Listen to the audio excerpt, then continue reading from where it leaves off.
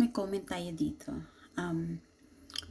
Hi sis, yes, nag-agent kami.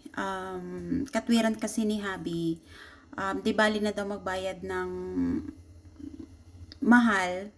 Ang importante, sure. Kasi sa pag-a-apply ng partner visa, hindi siya madali. As in, mahirap siya. Bukod sa mahal, nakakaubos din siya ng pasensya. Kumbaga,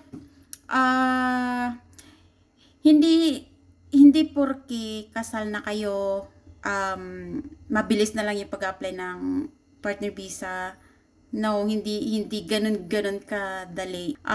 Bukod sa marriage contract na ipapasa nyo na patunay na totoo talaga yung relasyon nyo, kailangan nyo pa ng ibang requirements. So, maraming hinihingi requirements na patunay na talagang yung relasyon nyo is totoo.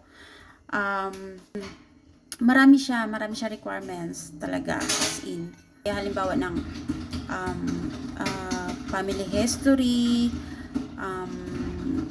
work history, travel history, 10 years ago, plus love story yung dalawa, kung paano kayo nagkakilala, paano kayo nag-umpisa. So ayun, kailangan yung patunayan yun. Isa pa sa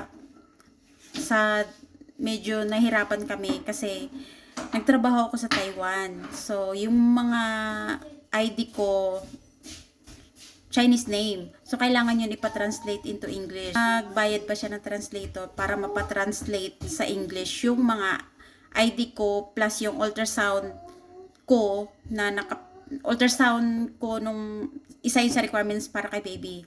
So, ita-translate din yun. Plus, yung police clearance ko, papatranslate din.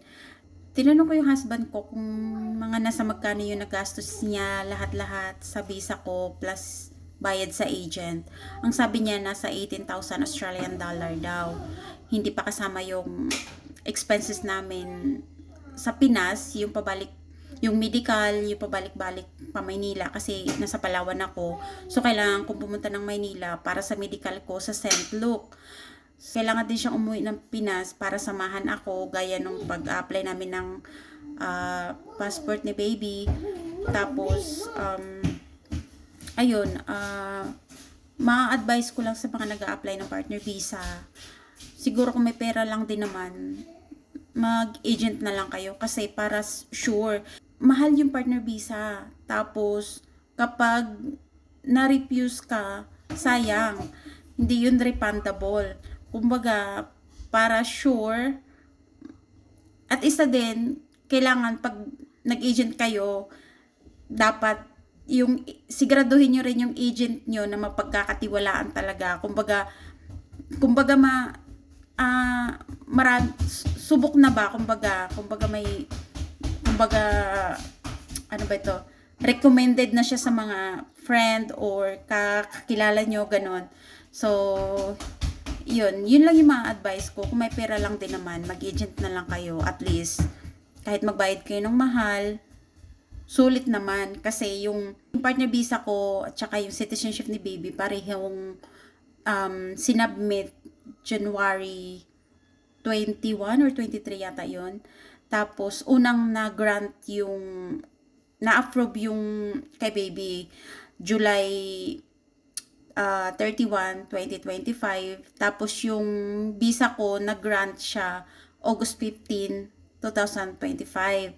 So, hindi lang namin, hindi namin nakalain na mag-grant yung visa ko, double granted. So, sulit din. Kumbaga, sulit din yung binayad. Kasi, syempre, PR agad. Tapos, ayun, kung may pera lang din naman, mag-agent na lang kayo. So, ayun. Hope nasagot ko yung tanong mo.